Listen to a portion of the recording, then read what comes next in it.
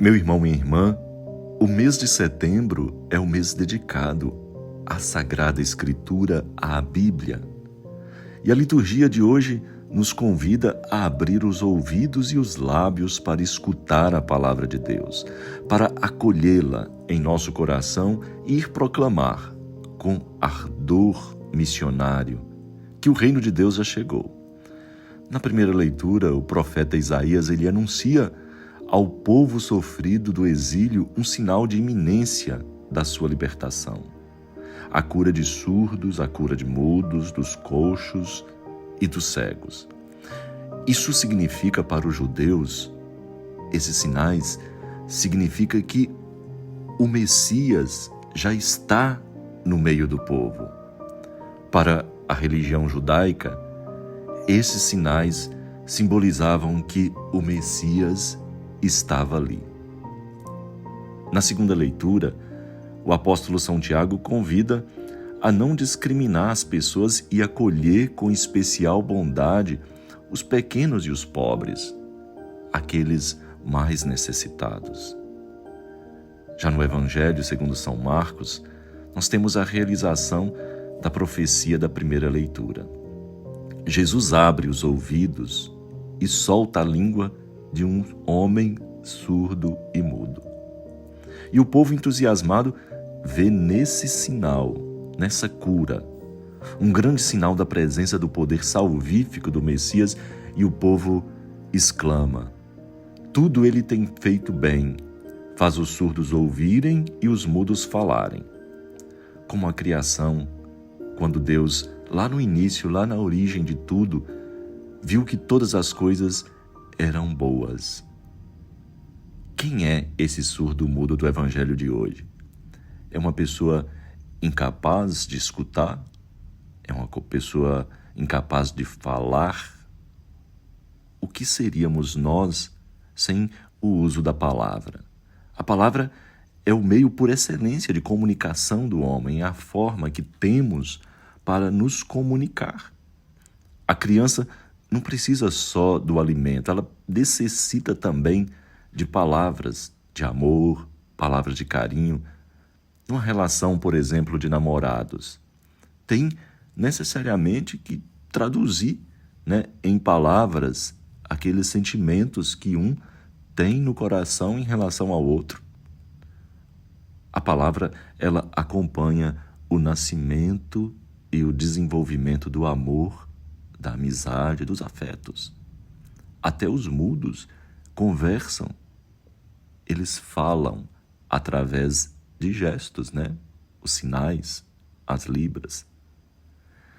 Há palavras também vazias, que não dizem nada, mas há também palavras que carregam todo o peso de uma existência. Deus, ele fez uso da palavra. Ele não quis apenas que a sua palavra fosse lida e fosse ouvida.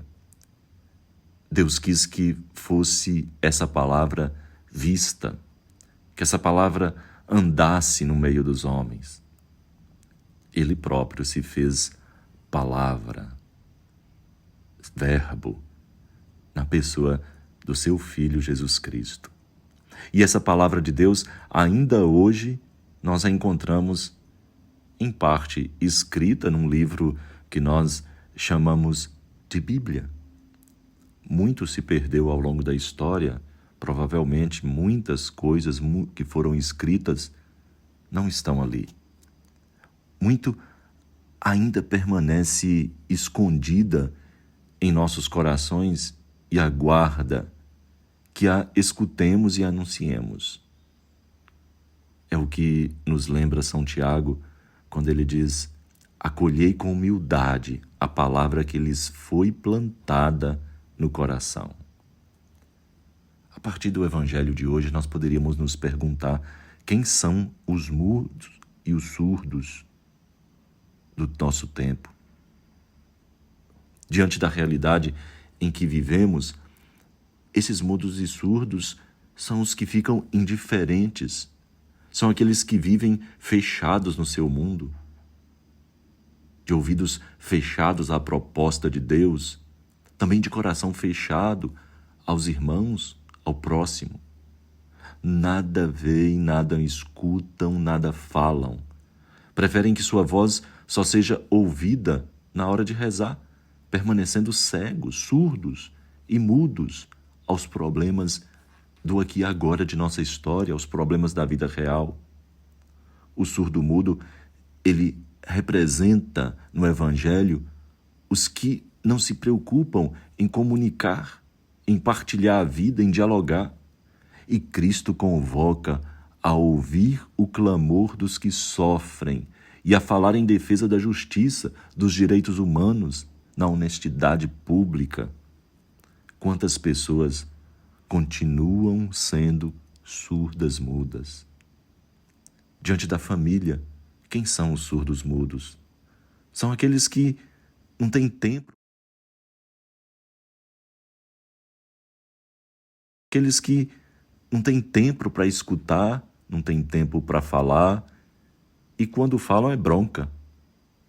Quantos pais, mães, filhos não exercem o diálogo, preferem ficar fechados em seus mundos, agora nas redes, no mundo virtual, mas não há diálogo, não usam a palavra, não sabem ouvir, também não sabem falar.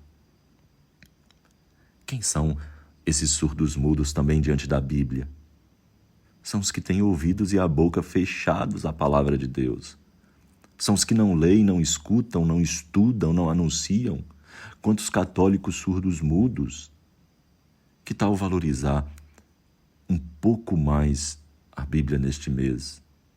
No rito do batismo, quando a gente está batizando uma criança ou um adulto, um jovem, há uma oração muito significativa, a oração do Éfatá, que é o abra-te.